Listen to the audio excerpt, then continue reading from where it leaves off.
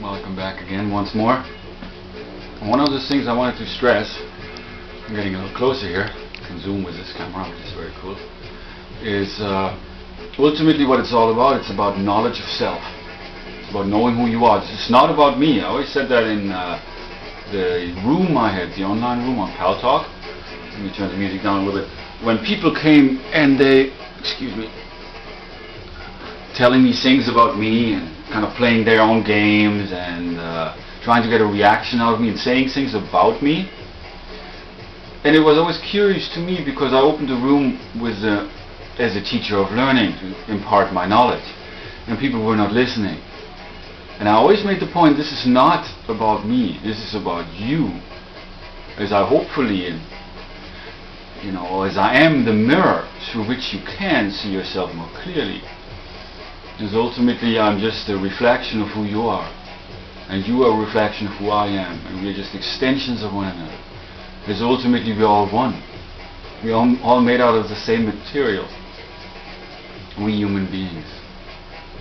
We are all part of that essence.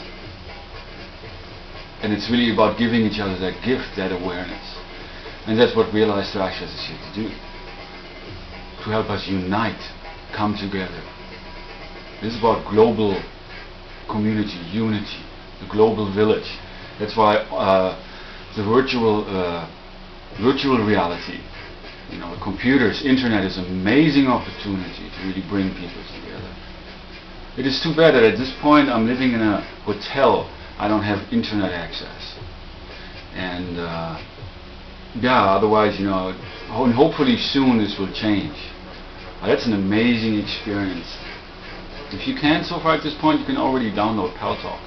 You can go anytime under a room at under Human Rights and other, Self-Transformation Room, Edward Jones Room. People know me there.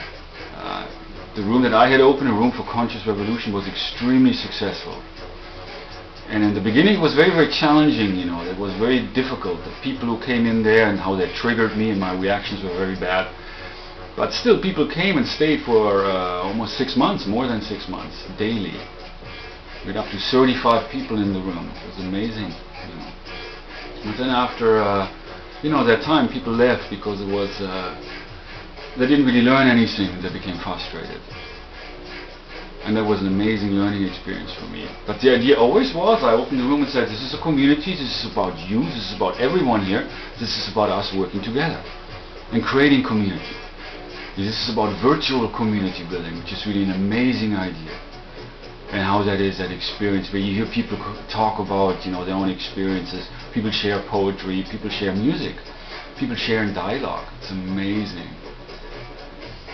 And that's really that sense of living together in community, treating each other as one, treating each other with respect, giving appreciation, accepting one another, really listening and working together in order to create community. And of course also, that applies to a very physical sense,